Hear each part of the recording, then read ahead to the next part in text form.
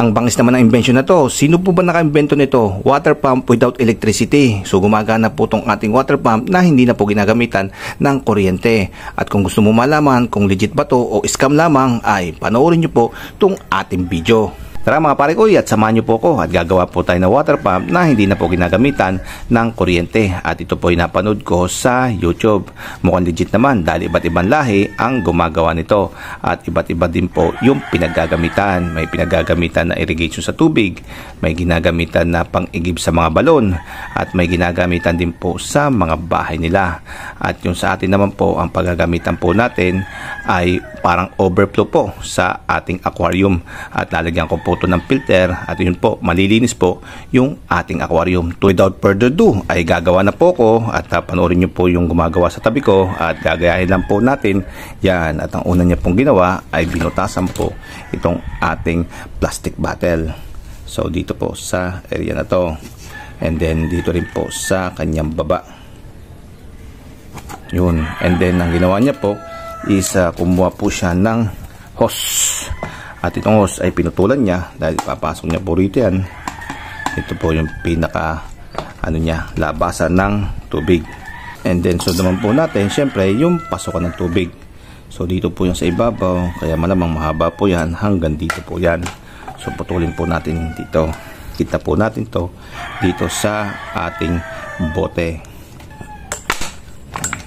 Para siguradong walang kaliklik. Ang gusto po natin ay dito naman po sa baba. So dito po yung labasan ng tubig. And then sisecure po natin yan ng glue gun sa paligid.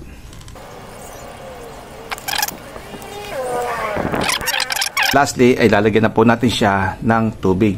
At yung palabas po ng tubig, and lagyan na po natin siya ng ipit muna para po hindi tumapon yung tubig sa loob ng ating bote.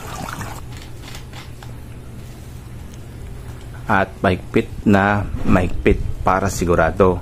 So mga pare ko, yung ating setup at ang mangyayari po dito ay parang science project ng mga bata. Kasi once nag-release po tayo ng tubig dito, ay bababa po yung level ng tubig sa loob. At pagbaba po niyan ay mag-create naman po ito ng vacuum sa loob.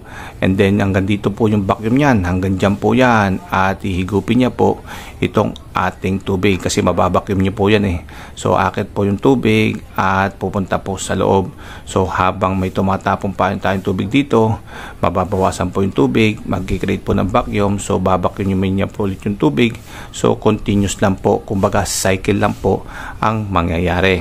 Ito po ay working, ay laking tipid po nito sa ating mga kuryente. Kaya ito tingnan natin in 3, 2, 1. So pare ko eh. So ano po ang nangyari? Bakit hindi po lumalabas yung tubig dito? At ang nangyayari pa po ay dito pumapasok yung hangin. At kung makikita po natin itong ating higupan ng tubig, ay tama nga ho, meron po siya ditong tubig. So ang ibig sabihin ay meron na pong vacuum itong ating bote. So ang nangyayari ay hindi makalabas tong ating tubig dahil nakapag-create na po ito ng vacuum. At hanggang dito lang po yung kaya ng tubig na iangat niya.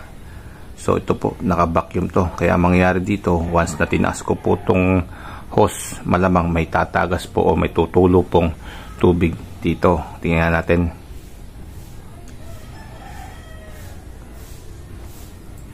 Positive mga pare ko yun. Tumulo nga ho.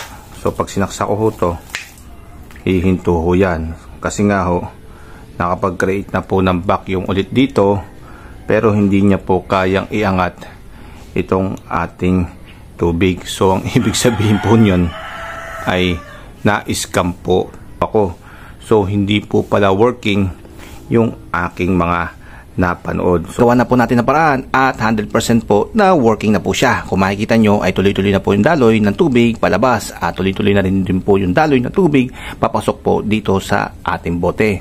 At ang ginawa lang po natin, hindi nyo makikita dahil nakatago po yun, ay naglagay na lang po tayo ng another supply ng tubig dito sa ating papasukan ng hose. So yung tubig po na to ay galing po yan sa gripo. Ayan o. Ayan po yung hose na yan o. Tinago ko po siya dito sa pinaka base po natin. So di po ba 100% working? So tama na po itong kalokohan na to at maghahanap na po ako ng materyales na legit, na tunay, na makakatulong sa akin upang makagawa ng overhead pump para po sa aking aquarium, at kahit na po ito ay di kuryente. So hanggang dito lang po yung ating video. Paalam sa inyo mga pare ko, at X na po sa akin to panonood ng video sa mga YouTube na DIY na tulad ito. Paalam!